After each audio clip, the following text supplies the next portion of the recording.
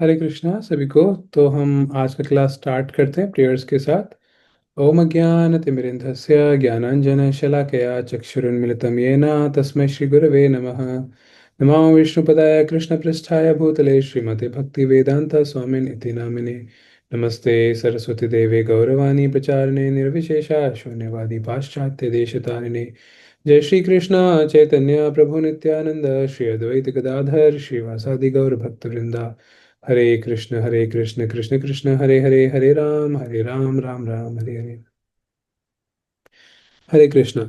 आप सभी का स्वागत है हमारे इस रेगुलर वाल्मीकि रामायण सेशंस में, जिसमें हम किष्किंधा कांड को डिस्कस कर रहे हैं। और अभी हम फिलहाल 26वां अध्याय कर रहे हैं, 26वां सर्ग।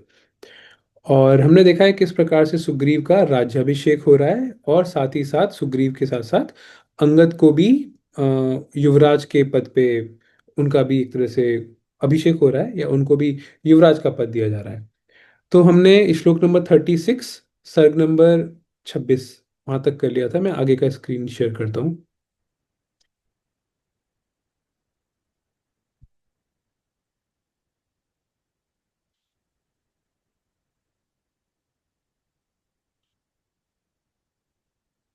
आई होप आप सभी को दिख रहा होगा स्क्रीन में, थोड़ा इसको। तो हमारा यहाँ तक हो गया था 36वां श्लोक, कि जिस प्रकार से इंद्रदेव का अभिषेक हुआ, ऐसा प्रतीत हो रहा था कि सुग्रीव का भी इसी प्रकार से अभिषेक हो रहा है। ठीक है। फिर नेक्स्ट श्लोक। अभिषिक्ते तु सुग्रीवे सर्वे वानरपुंगवाः प्रच्युक्रुशुर्महात्मानो हृष्टाः शतसहस्रशः। सुग्रीव का अभिषेक हो जाने पर वहां लाखों की संख्या में एकत्र हुए समस्त महामनस्वी श्रेष्ठ वानर हर्ष से भरकर जयघोष करने लगे। सब लोग हर्ष से जयघोष कर रहे हैं। अभी लास्ट क्लास में वैष्णवी जी ने एक बड़ा अच्छा सवाल पूछा था। हमने थोड़ा सा उसको वहां पर डिस्कस कर लिया था, लेकिन यहाँ पे हम थोड़ा सा उसको और एक एक्स्ट्रा पॉइंट जो हमने उस दिन डिस्कस नहीं किया था यहाँ कर सकते हैं। तो उनका सवाल ये था कि जब पहली बार, जब गुफा के अंदर वो चले गए थे वाली, और उसके बाद गुफा को बंद कर दिया था सुग्रीव ने, सुग्रीव वापस आए थे, तो पूरे किष्किंधा को लगा था कि वाली मर चुके हैं। उनको ऐसा लगा था और सुग्रीव राजा बन गए थे। आप इसको ऐसे लाइन में देखिए कि उस इंसिडेंट से पहले, उस घटना से पहले, सुग्रीव और वाली दोनों वहां पे प्रेम से रह रहे थे, और सारे प्रजावासी सब प्रेम से रह रहे थे, सब खुश थे इन दोनों से, सुग्रीव और वाली से। ठीक है। अब यहाँ पे अचानक से एक कुछ तो ये घटना होती है, और उनको पता चलता है कि वाली मर चुके हैं, और अब सुग्रीव फिर वो राजा बनाते हैं। तो यानी कि पूरे के पूरे वहां पे जितने लोग थे किष्किंधा के सारे लोग दुखी थे, क्योंकि वो दोनों बड़े प्रेम से उन दोनों के साथ रहते थे, उनमें से एक चले गया, वाली का मृत्यु हो गई ऐसा उनको लगा। ठीक है। तो ऑलमोस्ट पूरा किष्किंधा दुखी है। इस वाले केस में क्या होता है। अच्छा, अब जब वहां से वाली वापस आते हैं, वाली सुग्रीव को भगा देते हैं, और सुग्रीव के कई सारे जो साथी हैं उनकी पत्नियों को भी किडनैप कर लेते हैं, सुग्रीव की पत्नी को भी किडनैप कर लेते हैं, और सुग्रीव के कई सारे साथी हैं उनको बहुत ज्यादा प्रताड़ित करते हैं। तो अब आप ये सोचिए, किष्किंधा में कम से कम कुछ लोग तो ऐसे हैं जो अभी वाली से नेगेटिव हैं, वाली के अगेंस्ट हैं, वाली के साथ में नहीं है, वाली को उनके गालियां देते हैं, ऐसा समझ लीजिए आप। ठीक है। तो ये लोग तो कम से कम खुश होंगे ही जब वाली की मृत्यु हो जाएगी। ठीक है। तो क्वेश्चन ये था कि पहले टाइम में जब सुग्रीव राजा बने थे और दूसरे टाइम में सुग्रीव राजा बने थे, किस टाइम पे ज्यादा खुशी थी। तो अगर देखा जाए, सपोज करो 20-30 लोग भी ऐसे थे, एग्जाम्पल 20-30% भी लोग ऐसे थे जो सुग्रीव के साथ वाले थे, जिनको वाली ने प्रताड़ित किया था, एटलीस्ट ये लोग तो खुशी मनाएंगे। तो ओवरऑल सेकंड टाइम जो था उसमें खुशी ज्यादा थी किष्किंधा वासियों की। ठीक है। ये रैशनली हम इस तरह से सोच सकते हैं। और फिर यहाँ पे उसी चीज की बात आ रही है कि हर्ष से भरकर जयघोष करने लगे। मतलब सारे के सारे, ये मतलब कई सारे वानर जो हैं वो बहुत खुश हो रहे हैं। रामस्य तु वचः कुर्वन् सुग्रीवो हरिपुङ्गवः अंगदं परिष्वज्य यौवराज्ये अभिषेचयत्। श्री रामचंद्र जी की आज्ञा का पालन करते हुए वानर राज सुग्रीव ने अंगद को हृदय से लगाकर उन्हें भी युवराज के पद पर अभिषिक्त कर दिया। देखो यहाँ पे बड़ी अच्छी चीज ये है। पहली लाइन, रामस्य तु वचः कुर्वन् कुर्वन् कुर्वन्ति, है ना। राम भगवान के वचनों को पूरा करने के लिए उन्होंने अंगद को युवराज बनाया। आपको याद होगा वहां पे जब लास्ट टाइम में वाली वो कह रहा था, पीछे के टाइम पे बात हुई थी ना कि जब उनको राम भवानी बोलते हैं कि अंगद को हम युवराज बना देंगे, तो उनकी बात को रखने के लिए सुग्रीव यहाँ पे अंगद को युवराज बना रहे हैं और उनको अपने गले से लगा लिया, मतलब उनको एक्सेप्ट कर लिया। भले ही वो उनका भाई जिससे कि दुश्मनी थी पहले उनका पुत्र था, लेकिन फिर भी एक्सेप्ट कर लिया भगवान राम की बात रखने के लिए। अब इसको हम अपनी लाइफ में कैसे अप्लाई कर सकते हैं? इस श्लोक को आप ऐसे सोचिए, भगवान राम ने कुछ कहा, उनकी बात को रखने के लिए, उनकी बात को, मतलब उनकी बात संपूर्ण हो जाए, पूर्ण हो जाए, है ना, उसको रखने के लिए उन्होंने ऐसा किया। अभी आप सोचिए, कृष्ण भगवान या राम भगवान कई और बातें भी बोलते हैं, तो क्या हम भी सुग्रीव की तरह अपनी लाइफ में ऐसा कर सकते हैं कि भगवान की कोई तो बात को रख के हम भी उस बात को पूर्ण करने का प्रयास करें? फॉर एग्जाम्पल, भगवान भगवत गीता में कृष्ण भगवान बोलते हैं पत्रम पुष्पम फलम तोयम, और वो नवे अध्याय में बोलते हैं 26वें श्लोक में, बोलते हैं कि भैया आप जो कुछ भी खा रहे हो आप खाने से पहले ना मुझे थोड़ा भोग लगा दो। भोग लगाने के बाद जब आप खाओगे तो वो प्रसाद बन जाएगा। फिर उससे क्या है, आपकी भक्ति उससे अग्रसर होगी, बढ़ेगी। तो ये भगवान ने ये बात बोली। तो क्या भगवान की उस बात को रखने के लिए क्या हम ये कार्य नहीं कर सकते? जिस प्रकार से राम भगवान की बात रखने के लिए राम भगवान ने जो बोला था युवराज बनाने के लिए अंगद को, सुग्रीव ने वो बात मान ली उनकी बात को रखने के लिए। तो क्या हम नहीं कर सकते? हम भी इस चीज को कोशिश कर सकते हैं। तो शास्त्रों से हमको वही सीखना है। और क्या है, जैसे कि नवे अध्याय में भगवान बोलते हैं सततम कीर्तयन्तो मम यतन्ताश्च दृढ़व्रत, कि आप दृढ़ता के साथ मेरा नाम का कीर्तन करिए, मेरे भगवान नाम का जप जप करिए। सततम कीर्तयन्तो माम, माम मतलब मेरा। तो भगवान श्री कृष्ण बोल रहे हैं कि मेरे नाम का कीर्तन करिए। तो क्या हम उनकी इस बात को फॉलो नहीं कर सकते जिस प्रकार से सुग्रीव ने फॉलो किया? ये ही एक इम्पॉर्टेंट लेसन है जो हम इस श्लोक से ले सकते हैं। तो जब भी हम शास्त्रों को पढ़ रहे हैं, जब भी वहां पे भगवान के कुछ वचन आ रहे हैं, तो हम इस सुग्रीव की इस बात को याद कर सकते हैं कि जिस प्रकार से सुग्रीव ने भगवान की बात को फॉलो करके अंगद को युवराज बनाया, क्यों ना हम भी भगवान की कुछ कुछ बातों को फॉलो करना स्टार्ट तो करें एटलीस्ट। भाई सारी बात नहीं हो पा रही, एटलीस्ट दो बातें तीन बातें कुछ तो फॉलो करने का चालू करें। ठीक है। फिर अंगदे च अभिषिक्ते तु सानुक्रोशाः प्लवंगमाः साधु साधु इति सुग्रीवं महात्मानो हि अपूजयन्। अंगद का अभिषेक हो जाने पर महामनस्वी दयालु वानर साधु साधु कहकर सुग्रीव की सराहना करने लगे। देखिए, संस्कृत में जब वेरी गुड बोलते हैं ना, इंग्लिश में वेरी गुड बोल देते हैं, हिंदी में बहुत अच्छा ऐसे बोल देते हैं, लेकिन संस्कृत में आप ये वाला शब्द देखोगे, साधु साधु। ठीक है, यहाँ पे भी है साधु साधु इति सुग्रीवम, very good Sugriva, very good Sugriva. तो ये संस्कृत में बोलते हैं। आप भी ऐसे कर सकते हैं, कभी आपको कोई सी चीज अच्छी लगे या किसी ने कुछ अच्छा कार्य किया है तो आप भी कह सकते हो वेरी गुड की साधु साधु। इनफैक्ट कई भक्त आपस में इस तरह से बोलते भी हैं, जो थोड़ा शास्त्र वास्त्र पढ़ते हैं, तो साधु साधु। ठीक है, मतलब वेरी गुड वेरी गुड। तो अंगद का अभिषेक करने के बाद बाकी के जो और वानर थे वो इस तरह से बोले, रामं च एव महात्मानं लक्ष्मणं च पुनः पुनः प्रीताः च तुष्टुवः सर्वे तादृशे तत्र वर्तिनी। इस प्रकार अभिषेक होकर किष्किंधा में सुग्रीव और अंगद के विराजमान होने पर समस्त वानर परम प्रसन्न हो महात्मा श्री राम और लक्ष्मण की बारंबार स्तुति करने लगे। देखिए, सबको पता है कि यहाँ पे ये जो सुग्रीव जो बने हैं राजा, वो पूरा श्रेय जाता है भगवान श्री राम पे और लक्ष्मण पे, है ना। उन्हीं की वजह से यहाँ पे वाली हटा रास्ते से और फिर सुग्रीव को अब राज सिंहासन मिला। तो इसलिए वो भगवान राम की भी स्तुति कर रहे हैं, बारंबार उनकी स्तुति कर रहे हैं। इसको बोलते हैं ग्रेटिट्यूड। कई बार क्या होते हैं लोग, हम दोस्तों ने हेल्प किया, फ्रेंड्स लोगों ने, है ना, उनसे हेल्प ले ली, और फिर जैसे ही हमको जो मुकाम हासिल करना था, जो कुछ मिलना था, गोल अचीव होते ही जो भी सफलता हमको मिलनी थी मिल गई, उसके बाद दोस्त को भूल गए, या जिसने हमारी हेल्प करी उसको भूल गए। हम लोग ऐसे कर देते हैं, लेकिन यहाँ पे देखिए, अभिषेक इनका हुआ है सुग्रीव का, और स्तुति वो इनकी भी कर रहे हैं, राम और लक्ष्मण की। उनको पता है कि एक्चुअल में किसकी वजह से ये मिला है। हृष्टपुष्टजन आकीर्णा पताका ध्वजशोभिता बभूव नगरी रम्या शि- शिकिंधागिरिगह्वरे।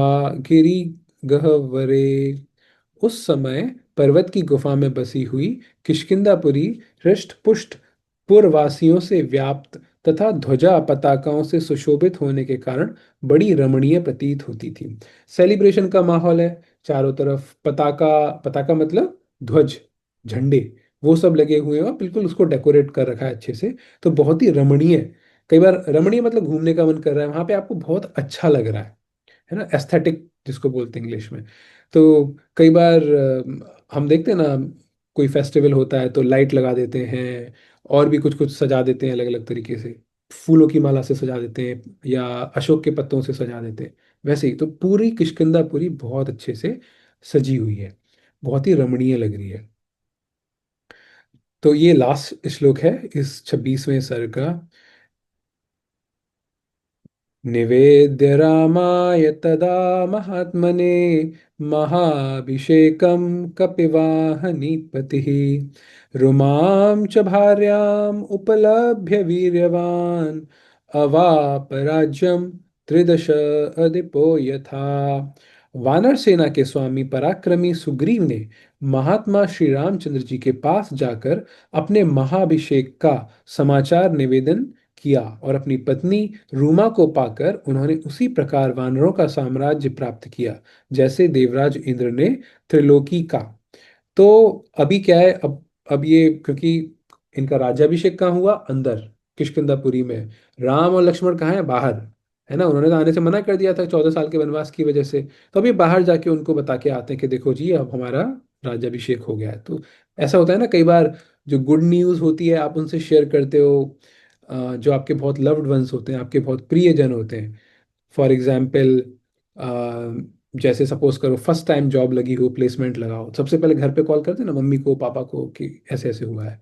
या फिर किसी अच्छे कॉलेज में एडमिशन हुआ हो, या फिर कुछ कुछ भी, कुछ नया कार खरीदा हो, कुछ भी, है ना, तो सबसे पहले जो आपका बहुत ही प्रियजन है आप उसको बताते हो।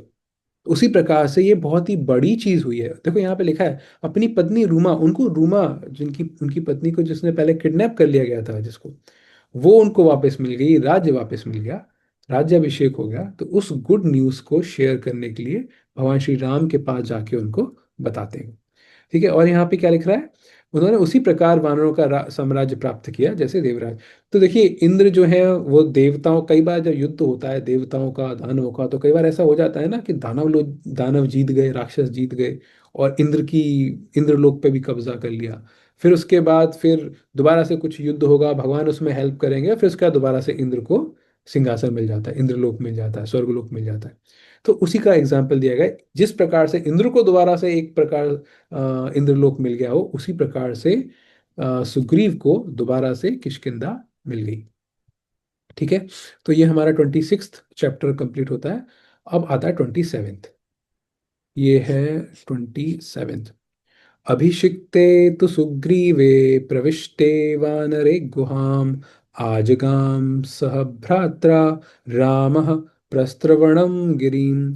जब वानर सुग्रीव का राज्याभिषेक हो गया और वे किष्किंधा में जाकर रहने लगे, उस समय अपने भाई लक्ष्मण के साथ श्री राम जी प्रस्त्र, देखिए इसको आप प्रस्रव भी बोल सकते हैं, प्रस्रवण गिरी, या प्रस्त्रव ये भी बोल सकते हैं, क्योंकि अलग अलग जगह पे अलग अलग लिखा हुआ है। कई जगह पे लिखा है प्रस्रवण गिरी। ठीक है, प्रस्रवण गिरी। तो अब भगवान राम और लक्ष्मण प्रस्रवण गिरी पे रह रहे हैं। ठीक है, अगर थोड़ा वर्ड ऊपर नीचे हो रहा है तो प्लीज माफ करिएगा। अब पहले यहाँ पे ऋषिमुख पर्वत पे ये लोग रह रहे थे सुग्रीव। अभी यहाँ किष्किंधा जो एरिया है उसके बाहर जो है, यहाँ पे इस वाले माउंटेन पे, इस वाले पहाड़ पे राम और लक्ष्मण जी रह रहे हैं। ठीक है, अभी आप देखिएगा आगे की जो 2 चैप्टर्स हैं ना, एक तो ये वाला 27वां और 28वां, ये बड़े, इसमें बहुत डिस्क्रिप्शन आएगा। जिसने भी चैप्टर नंबर 1 सर्ग 1 किष्किंधा कांड का अच्छे से पढ़ा है ना, आप कई सारी चीजें रिलेट कर पाएंगे। सर्ग 1 में प्रकृति का बहुत डिस्क्रिप्शन किया है भगवान श्री राम ने। लगभग वैसा ही यहाँ पे होने वाला है इस चैप्टर में, और अगले चैप्टर में तो और डिटेल में। ठीक है।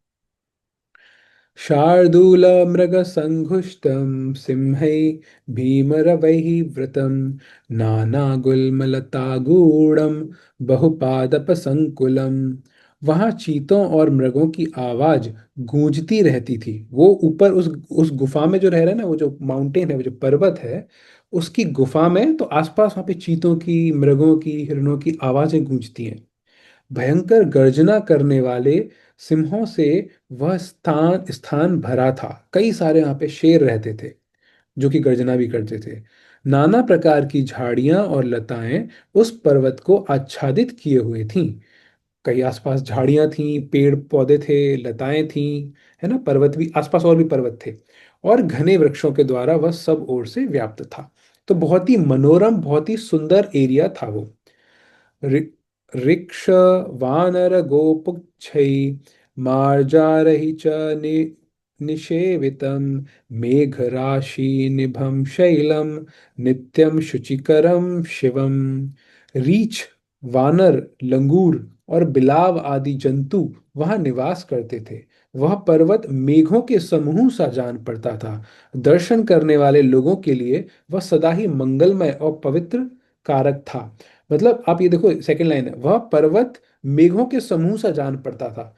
यानी जो पर्वत था, मेघ में यानी बादल, है ना। तो इतने ज्यादा वहां पे बादल जैसा ऐसा प्रतीत होता था। आप यहाँ से एक और चीज समझ सकते हैं, वहां पे बहुत ज्यादा, जहाँ पे बादल होंगे वहां पे क्या होगा, बारिश होगी। बारिश होगी जहाँ पे, तो यहाँ वहां पे नदियां बहेंगी। तो उस पर्वत से बहुत सारी नदियां भी बह रही हैं, तो ऐसा प्रतीत हो रहा है कि भाई मेघ वहीं पर है, ऊपर ही बिल्कुल। ये पर्वत क्या है, ये तो पूरा एक तरह से बादलों का भंडार है ना। बहुत बड़ा एक झुंड सा है बादलों का, और वहां से पानी भी आ रहा है। इनफैक्ट पानी वाला जो डिस्क्रिप्शन है ना, रेन का, बारिश का, वो अगले चैप्टर में आएगा, है ना। यहाँ पे भी आसपास की चीजें का है। इनफैक्ट आप ये देखेंगे, इस वाले चैप्टर में वो जो जो चीजें बता रहे हैं ना राम भगवान, हम ये देखेंगे कि ये चीजें वो बताएंगे कि किस प्रकार से वृक्ष हैं यहाँ पे, हरे भरे अच्छे अच्छे वृक्ष हैं, ये झाड़ है, ये सब है। तो उन सब की वजह से, तो कई बार ये हमारे आचार्यगण बोलते हैं, हाँ, कई बारी कोई लोग कह सकते हैं कि यार जो कहानी है वो बताओ ना, आगे क्या हुआ। ये क्या बता रहे हो कि अच्छा ये वाला पेड़ है, इस पेड़ पे ऐसे वृक्ष, ऐसे फूल हैं, यहाँ पे ऐसे नदी बह रही है, या ये इतना सा पता नहीं क्या होता है। आप बताओ आगे क्या हुआ। आगे क्या हुआ मतलब कि अच्छा फिर किसने किसको मारा, क्या करा, उस तरह का। ये पेड़ पौधे का डिस्क्रिप्शन क्यों बता रहे हो? क्या कहीं ऐसा तो नहीं है पेड़ पौधों का डिस्क्रिप्शन बस इसलिए बता रहे हैं कि ये जो वाल्मीकि, ये जो रामायण है, वाल्मीकि रामायण, बस इसको बड़ा करने के लिए, हाँ भाई हमको 24,000 श्लोक भरने हैं, तो इसलिए हम कुछ भी इन पेड़ पौधों को डिस्क्राइब कर रहे हैं ऐसी फालतू में, इसको लंबा करने के लिए शास्त्र को। तो ये बात नहीं है। हमारे जो पूर्ववर्ती आचार्यगण वो बताते हैं, ये बात नहीं है।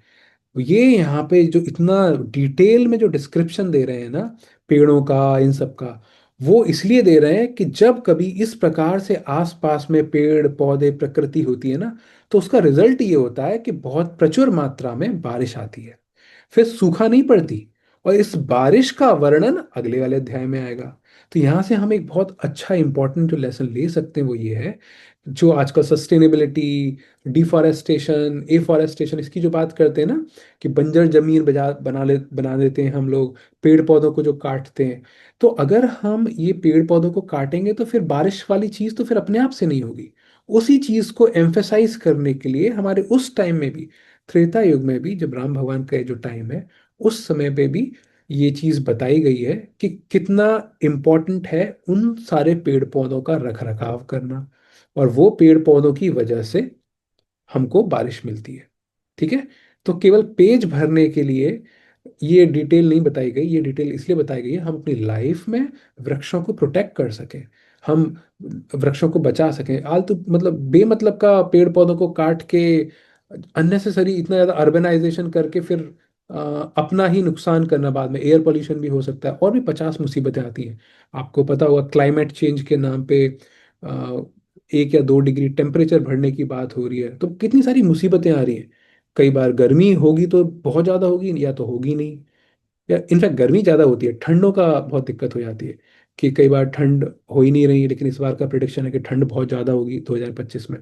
तो ये सारा का सारा अजीब अजीब सा जो टेम्परेचर, क्लाइमेट, वेदर जो हो रहा है, उसका एक कारण ये है कि हम इस प्रकार से प्रकृति को, वृक्षों को मेंटेन नहीं कर रहे, जिस प्रकार से डिस्क्रिप्शन इस अध्याय में आता है। ठीक है, इंपॉर्टेंट पॉइंट था ये हमारे लिए, तो इसलिए हमने थोड़ा इसको डिटेल में समझा। तस्य शैलस्य शिखरे महतीं आयतां गुहां प्रत्यग्रह गृह्णीत वासार्थं रामः सौमित्रिणा सह। उस पर्वत के शिखर पर एक बहुत बड़ी और विस्तृत गुफा थी। लक्ष्मण सहित श्री राम ने उसी का अपने रहने के लिए आश्रय लिया। तो अभी उसी गुफा पे, वो जो पर्वत का जिसमें पहले श्लोक में जिक्र आया, वहीं पे जो गुफा थी, उस गुफा में इन्होंने आश्रय लिया, राम भगवान ने और लक्ष्मण जी ने। कृत्वा च समयम रामः। देखिए ये इंपॉर्टेंट अभी आगे आएगा। समयम राम, समय के अनुसार, सुग्रीवेण सह अनघ कालयुक्तं महद्वाक्यम् उवाच रघुनंदन विनीतं भ्रातरं भ्राता लक्ष्मणं लक्ष्मीवर्धनम। रघुकुल का आनंद बढ़ाने वाले निष्पाप श्री रामचंद्र जी वर्षा का अंत होने पर सुग्रीव के साथ रावण पर चढ़ाई करने का निश्चय करके वहां आए थे। बात हो गई थी सुग्रीव से पहले ही कि भाई अभी तुम कुछ, जब तक वर्षा है, जब तक तुम अपना आराम से अपने सगे संबंधियों के साथ अच्छे से रहो, वर्षा खत्म हो जाए फिर हम रावण पे चढ़ाई करेंगे, रावण से युद्ध करेंगे। ये बात करके वो यहाँ पे गुफा में रहने आ गए।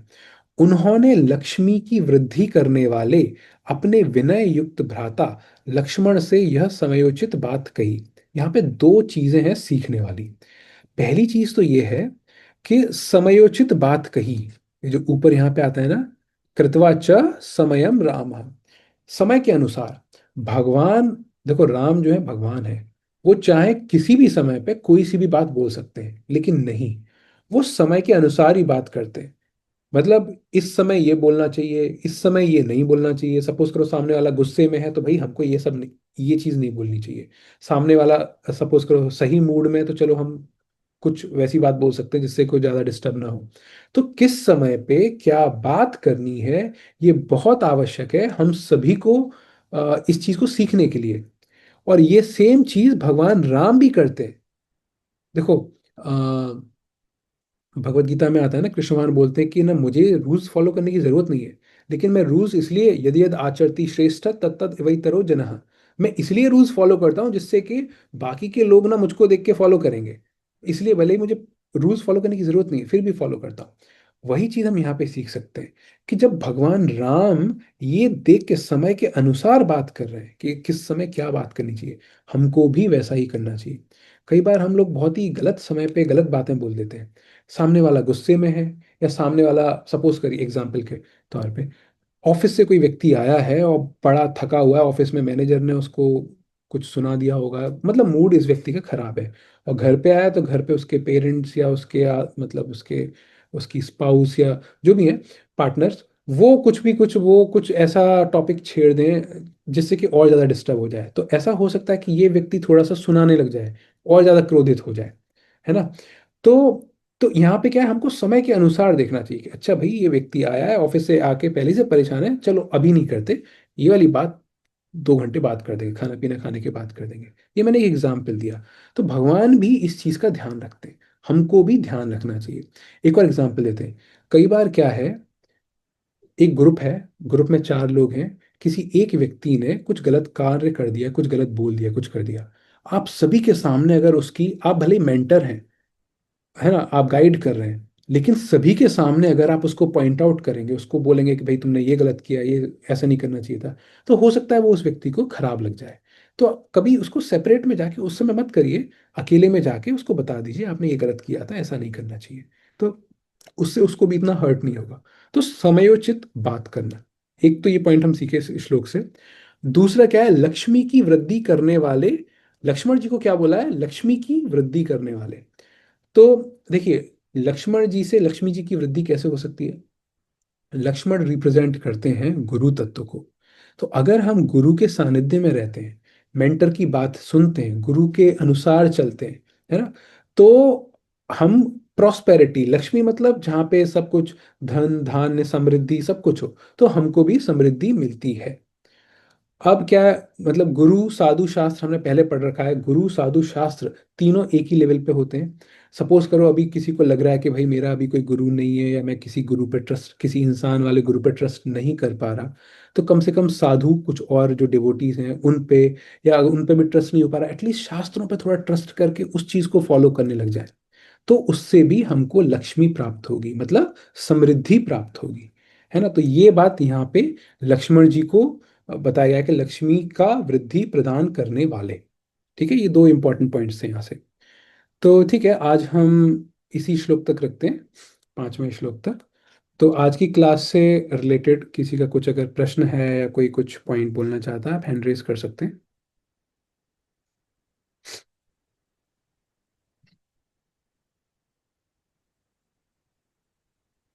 किसी का कोई डाउट नहीं है, किसी का कोई प्रश्न नहीं है? वैष्णवी जी, ओके। हाँ, अनम्यूट कर लीजिए आप। हरे कृष्णा भैया, दंडवत प्रणाम। हरे कृष्ण। भैया मैं ये पूछ रही थी कि जैसे मतलब जैसे अयोध्या से राम जी को निकाल दिया था कि वनवास में रहना है, ठीक है। लेकिन अयोध्या वाज ऑल अबाउट, मतलब वहाँ पे ह्यूमंस थे, है ना, तो वहाँ का राज्य था। लेकिन जैसे अब हम उसकी सुग्रीव और बाली की बात करें, वो तो मतलब वानर थे, तो उनका भी मतलब राज्य था इंसानों की तरह ही। Okay okay. तो आपको पता होगा, हम लोगों ने पहले कई बार डिस्कस किया है, ये मरकट नहीं थे। मंकी मतलब मरकट संस्कृत के हिसाब से। ये लोग बंदर नहीं थे। ये जो पूरा राज्य था, एक राज्य था वानरों का। वानर मतलब, नर मतलब क्या होता है? इंसान। वा, संस्कृत में वा का मतलब होता है नॉट।